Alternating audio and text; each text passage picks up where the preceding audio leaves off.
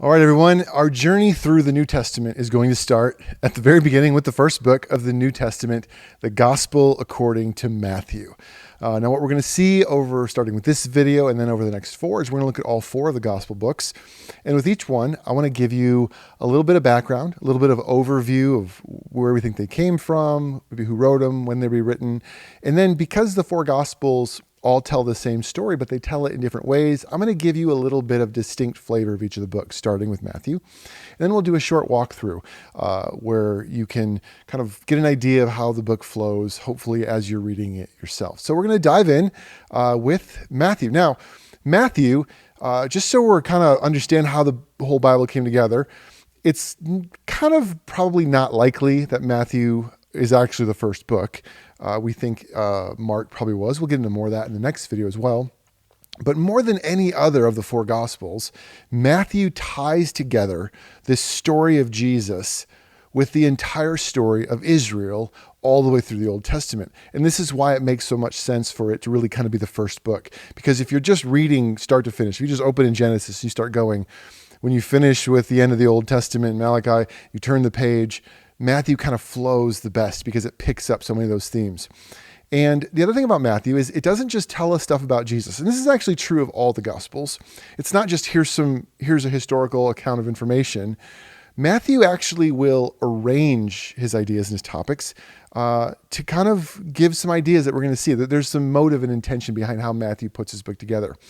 Really, as you get started, and this is sort of the first big idea you want to keep in mind, Matthew is determined for his readers to see that Jesus is exactly who the entire Old Testament story was leading up to. And we'll catch many of those clues as we work through it together. He uses the phrase, this was to fulfill what was said many, many times, 11 different times, to show that Jesus is fulfilling the prophecies of the coming Messiah. And so that really is why it's such a great place to start the New Testament, because for all those hundreds and hundreds of years, they had been waiting and longing for the Messiah to come. Now that he has, here's Matthew saying, it's Jesus. Let me tell you the story. So let's get a little bit of background info, kind of where's this coming from, all those kind of things. And we'll do this with every one of the books in the entire New Testament. So most scholars are in general agreement. There's always some pushback and things. Matthew is probably written somewhere between 70 and 80 AD. So you're talking about 35 to 40 years after Jesus has crucified, resurrected, and gone to heaven. So the church is already, you're 35, 40 years in, there's some establishment. Now here's a key thing for you to understand. A major, massive event happened in Israel starting in 67 AD and ending in 70 AD. And essentially the Jewish people rose up and revolted against Rome and tried to declare their independence and kicked them out of town and establish their kingdom. And Rome wasn't having any of it. And they came back with a massive army. And over the course of 3 years, essentially just obliterated Israel. Took half the city, burned things down, destroyed the temple. And so the world before 67 looked different than after 67. Why does that matter? When you're reading the book of Matthew, you get the sense that this was written after that happened, because one of the main things that came out of that was increased tension between Jews and Gentiles. And Gentile Christians, especially, and Jews. You see a lot of that in the book of Matthew. There's also a lot of references to it. So it looks like Matthew is probably written after that happened. Excuse me. And so that gives you kind of this picture of mid to late 70s probably. Now, as far as who wrote Matthew, we're actually unsure of authorship. And this, I know this is kind of our first video diving in. It can make people a little bit uncomfortable. Keep in mind a couple things. Number one, the book of Matthew never actually says a person named Matthew wrote it. So when we talk about who is the author and we're like, maybe it wasn't Matthew, some people have kind of a knee-jerk reaction, say, oh, you're conflicting the Bible, you're diminishing God's word. Well, no, if it said it was written by Matthew, and I argued with that, that would be actually arguing with the Bible. The idea that someone named Matthew wrote it is just kind of a historical thing that was attached later. The first time we actually see it was by an author named Papias, who wrote about maybe 50 or 60 years after this, early part of the 2nd century. And he wrote down somewhere that Matthew, the tax collector that we know of Jesus, had written down some sayings And so some people said, well, maybe that was the book of Matthew. Well, there's a couple problems with this. One of them is Papias actually said that these writings were written down in Hebrew and the book of Matthew was written in Greek. Furthermore, it kind of looks, and we'll get into this a little bit more probably when we talk about Mark, it looks like Matthew used Mark as one of his sources. So if Matthew was the actual disciple who followed Jesus around, he wouldn't have used someone else as a source. So it's a good chance that we're not sure who wrote this, but we also don't know. And so historically, we've called it the gospel according to Matthew, and it's often been spoken of as being the tax collector. Totally fine with it. I don't think it really should mess us up one way or the other. Now, in terms of who, though, this person is writing to, it appears to have been written to the Christian community at the time that were in conflict and debate with devout Jews. You had, if you read the letters of Paul, and we'll get into those later on, you see that there's this tension, and Paul himself was a devout Jew who persecuted Christians. And there was this constant tension that went on for a long time. And among many of those Jewish people like Paul who became Christians, they were at odds with their family members and their parents and all these kind of things. And then the Jews who hadn't converted thought they were heretics, and all this is going on. And at first, Christians were just sort of a sect of Judaism. But over time, they really splintered and broke apart. And Jews said, no, you're not just a sect. You guys are heretics. You have nothing to do with us. And it eventually led to all-out opposition and animosity. Again, guys like Paul are killing Christians. And after the fall of Jerusalem, around AD 67, Christianity had sort of firmly and forever broken apart from Judaism. They were no longer just sort of two sides. No, they're completely two different things at that point. And real tension and opposition really took off after this and continued for a long time. So Matthew argues for the Christian belief that, this is in fact the truth. And the truth is that everything we've been waiting for, all the things that the Old Testament point to, all of Judaism in general has been now fulfilled and come to its conclusion in Jesus. And he is indeed the prophesied Messiah. Christians then are now sort of the true Israel and children of the promise. And what you kind of see is when you're reading Matthew more than the other Gospels, it definitely paints the religious Jewish leaders in a very negative light because at this point in history, they were really at each other's. And that doesn't mean it didn't happen. It just means it focuses more on them. Strong opposition, very clear, like they're culpable for Jesus' death. You'll see that in John as well. And so there is this sense that similarity, and the similarity you'll see as you continue this course together, when we get into Paul's letter, especially Romans and Galatians, there's this tension going on where the Jewish people who have become Christians are questioning whether or not, was this a mistake? Should I have not have done this? Should I go back to my old way of life? It's really hard. And then you have Gentiles who became Christians, who the Jews are saying, you're something else, you're different. Who's right? Who's wrong? Matthew wants to show, no. Jewish people who've become Christians, you've made the right decision. Let me prove it to you. Let me show you. And so when it comes to what makes Matthew distinct, the things that you'll say, they all tell the story of Jesus. Matthew, Mark, Luke, and John, but they all kind of have their own flavor. One of the key ways that Matthew is different from the other three is it is very Jewish, very Jewish in its flavor and its writing.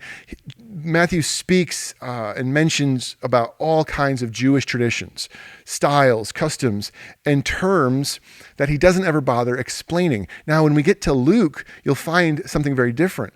Luke, writing to a different audience, will use a religious term and then tell you what it means.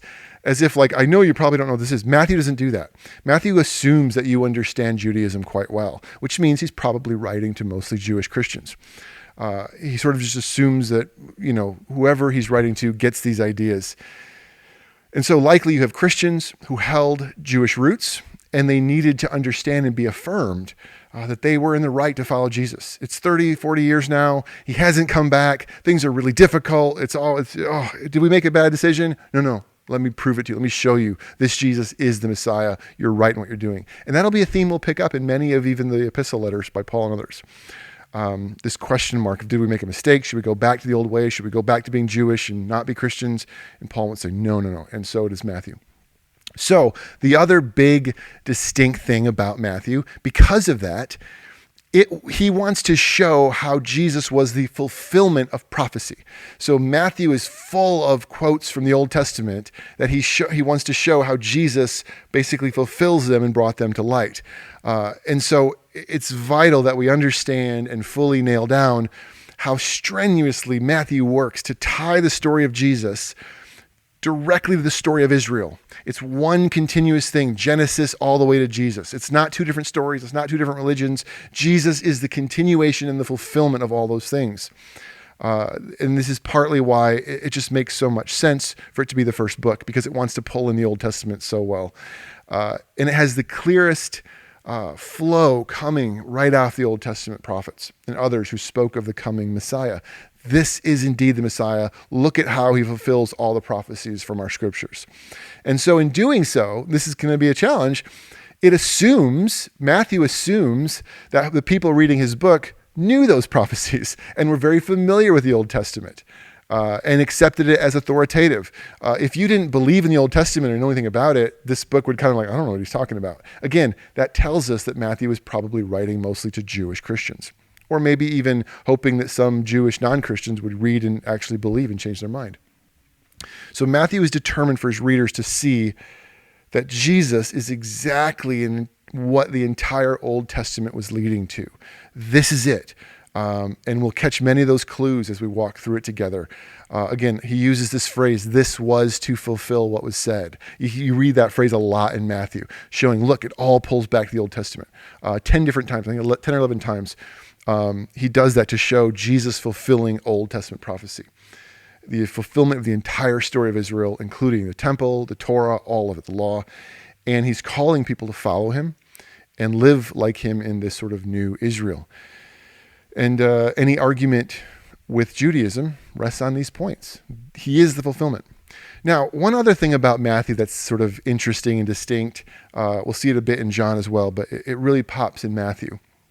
Oftentimes when we think about writing a story, especially a historical story, history, we often write in what I would call a linear fashion. So if you're writing a story about, let's say you're giving an account of, on a World War II, well, you wouldn't start in 1942, jump back to 1933, jump ahead to 1945, back to 1937. You'd probably start at the very beginning when Germany be fomenting roots, and you'd follow it all the way through. That's a normal way just to recount history. But the Gospels, while they are historical, they tell real history. The authors are actually trying to communicate theology. They want to teach us things. And what we'll see about Matthew is Matthew doesn't necessarily put his book in this nice, clear, linear order. Instead, it actually looks more like he arranged it topically. It's like taking stories and certain teachings and kind of grouping them together around different activities that Jesus did. So there's two things to consider here. First, it means you have to be careful when you're reading Matthew that you don't assume everything happened in the exact order he places it. And that's okay. Don't freak out. That's not saying like, oh, is it lying? No, it's not lying. Imagine this. Let me give you a picture. Imagine if you wanted to write a biography about Abraham Lincoln, say. There's two ways you could do this. One, you could just tell a straight biography, and you could tell all the various aspects of his life, starting from when he was born all the way up until his assassination in chronological order. That's sort of a historical approach. Right. And so you're just, this happened and this happened and this happened. And that's a very normal way to tell a biography. And in some ways, the Gospels are biographies. But imagine that, let me just picture this. What if you actually wanted to write, say, a leadership book? Your goal was to write about leadership, but you wanted to use Abraham Lincoln as the sort of picture of leadership. So Abraham Lincoln was a great leader. And if you look at his life and all leading a country through the Civil War and emancipation, all those kind of things, he had all these amazing leadership principles. Well, you might look at his whole life and pick certain things that he did and apply them to the different things you want to talk about, if that makes sense. So rather than just going start to finish, birth to death, you might say, well, I'm going to talk about the importance of being a leader who is courageous. Look at what he did when he was trying to make sure that America was able to free slaves, or look how he led us through the Civil War. And you might move things around topically to talk about things about Abraham Lincoln. And while the book of Luke appears to be more linear, we're going to start here, we're going to go to the end, Matthew seems to want to talk about topics, and he moves things around that way. You might have a chapter, Abraham Lincoln, on integrity, and then a chapter on, making tough decisions and things like that. Similarly, Matthew might have a section on Jesus' teaching on the law, and then Jesus' interaction with the religious leaders, and then Jesus' revelation of himself.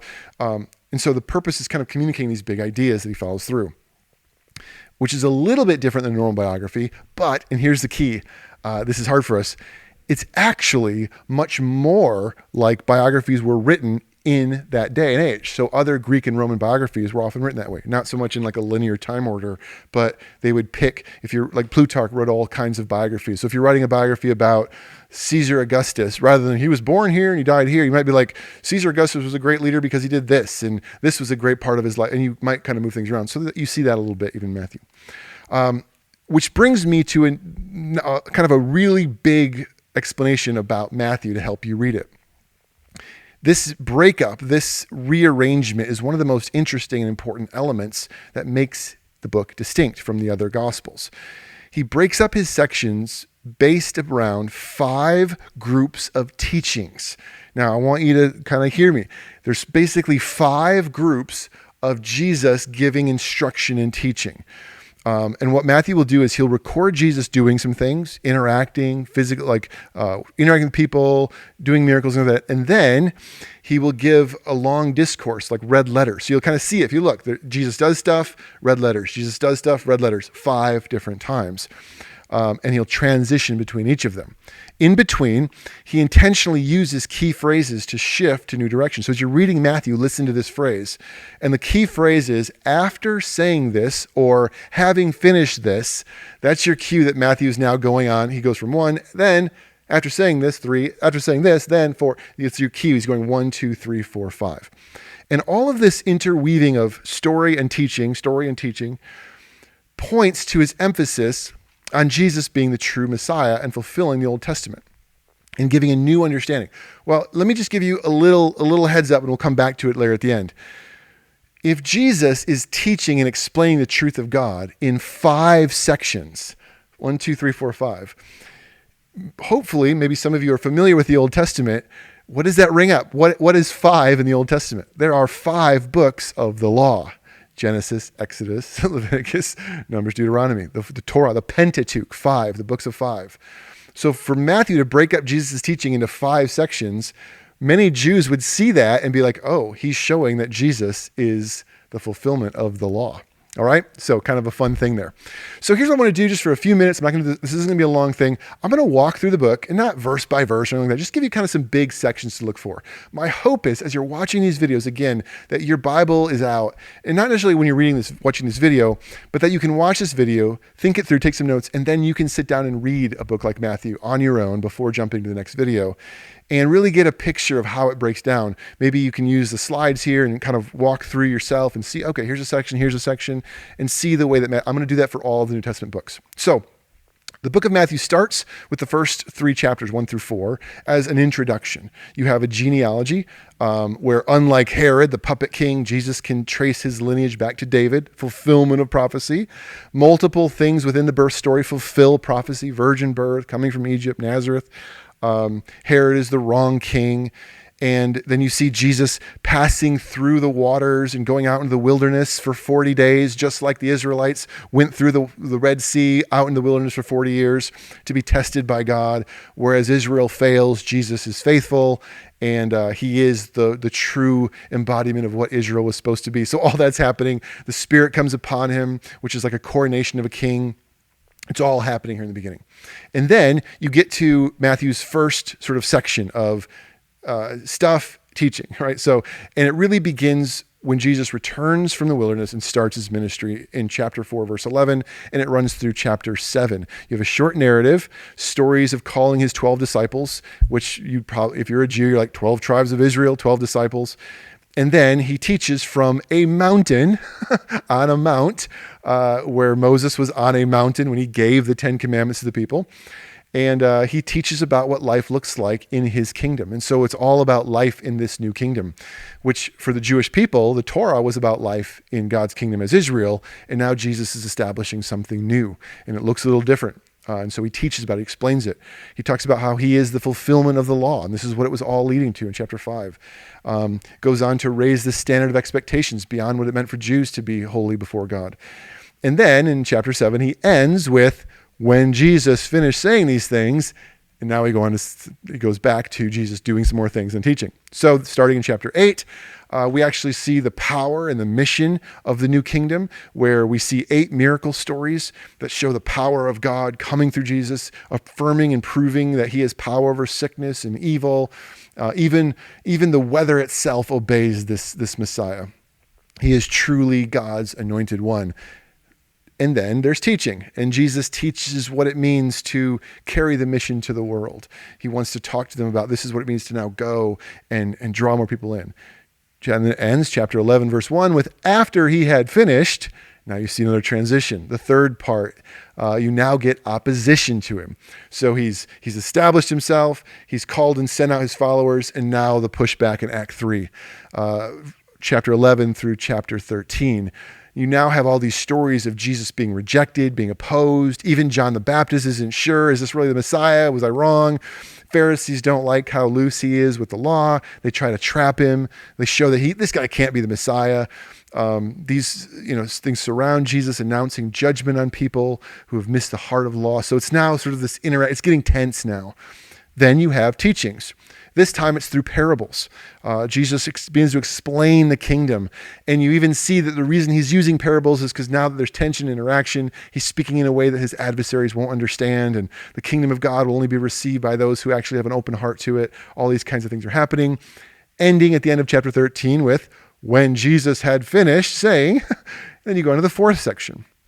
The fourth section is even more heightened, further opposition. It's really getting bad, but in light of that, it's also the confession that this is the king, 14 through 18. First, we see more stories about people rejecting God's prophets yet again, and now Jesus, just like that, is being rejected in his hometown. John is beheaded, just like they treated the Old Testament prophets. So things are starting to happen just like you saw in the Old Testament. But then Jesus performs mighty miracles, showing how wrong they were. He feeds 5,000 people, just like the Israelites were miraculously fed wandering in Egypt when manna came from heaven. This Messiah feeds them. He walks on water. There's this going back and forth with the Pharisees, doubting and rejecting him. But at the same time, the disciples finally get it. And Peter says, no, you are the Christ. You are the one we've been waiting for. And that ends with this great transfiguration where they see it for themselves. This is indeed our Messiah. Then, after the stuff happens, you have more teaching, more red letters. And now he teaches on life in the kingdom, what it means. Now that you've confessed now that you've made this proclamation, this pledge in your heart that I'm the king, that I'm the Messiah, this is what life is going to look like. Living under my leadership is going to mean being merciful, caring for the helpless, being a servant, not trying to be the great one, but actually laying your life down. Now you begin to see it. That's Act 4. It ends, chapter 19, verse 1, when Jesus finished saying these things, and then you get to Act 5, the arrival in Jerusalem, the rejection of his kingship, and the crucifixion. The story builds up to the moment where Jesus finally comes to Jerusalem, the capital city. This is a dynamic event as the whole story has been leading to this moment. God returning to his people. The king arrives, he enters the gates to take the throne. How would people respond? Well, at first they celebrate. They think this is great. They throw their cloaks on the ground and cheer him on. But then they begin to realize he's not quite the king that they wanted him to be, because he's talking about nonviolence and love and all these kind of things. And suddenly they completely turn on him and decide to kill him. And what do you have? You then have more teaching. It's now this really heavy explanation of Jesus where he announces judgment on Israel, chapter 25. Those who rejected him, the Pharisees, those who've misrepresented God. After all their waiting and yearning for God to return, you missed it. And Jesus is like, he looked out of the city, he just cried. He's like, I came for you and you didn't understand it. And now you missed the boat. And again, Jerusalem would fall 30 years later. And it ends in chapter 26:1 with saying, when Jesus had finished saying all of these things. And then you have your 3 chapters of what essentially becomes the Jesus becoming the king through the crucifixion. The passion story, the king comes to his people to save them. They reject him and kill him. But in doing so, him choosing to give himself up ends with him returning as a conquering king, resurrected, defeating the grave. And it ends with this commission to go into all the world and preach the gospel. What a great book, right? Awesome. So that's kind of an overview of the book. Quick, you got to read it yourself. It's part of this. You need to read the Bible yourself, but that's just a quick view of. And as you're reading, let me give you 3 things to look for. I'll close with this. 3 main themes of the book of Matthew. The first is the King. Jesus is the King. He is the one that God was sending. He's the prophesied one. He fulfills all the prophecies of the one who would come to lead us. He is God's Messiah. And he's the best kind of king because he's not just a human king. He's God in human flesh. So Matthew writes to convince us that Jesus is the King. You'll see it again and again through the whole book. This is the Messiah, the Christ. Messiah and Christ are the same word. Messiah is Hebrew, Christ is Greek. Another thing you'll see is the kingdom. That God is now establishing a new people. And the arrival of Jesus means the inbreaking of God's kingdom. Heaven's rule is now coming back to earth, just like it was meant to all the way back in the Garden of Eden. God calling human beings to respond to him by obeying him and following him. And all the miracles, all the exorcisms, all these kind of things are God invading earth and bringing hope and healing. You'll see it throughout the book of Matthew. And then, of course, the law. A great deal of the book is focused on the law, and thus the teachings of Jesus in the 5 parts. He's creating a new Christian community around himself as the embodiment of the word. He is the law. He is the word made flesh, as we'll see in John. And so there's a great deal of questioning and arguing over how they're supposed to interpret the law. You'll see that a lot in Matthew. Well, what about this? And what about this? How should we interpret the Old Testament law? And Jesus will see that many times he'll point out they're doing it wrong. And other times that's not the way I do it this way. He is now the embodiment, the truth that we're supposed to follow. And Matthew wants to show you that Jesus has authority over Torah. He's greater than the Torah. We'll see that in the book of Hebrews as well. And he has the right and the ability as God in flesh to reinterpret it, re-explain it, and up it and make it even more for us. And so that's the book of Matthew, your first one. Now, just a little bit of heads up. You might be like, oh, this is a long video. They won't all be this long. I had a lot to get in and get us going. We'll try to go a bit quicker in the future ones, but we'll follow the same pattern. We'll give some background, some context. We'll look at ways the books are distinctive or unique. We'll do a walkthrough, and then we'll look for main themes. So those are the things to pay attention as we walk through the New Testament together. And we're going to get right back into it with the next video, looking together at the book of Mark. But this was Matthew. Hope you enjoyed it. Please go and read it before you pick up Mark. Thanks, guys.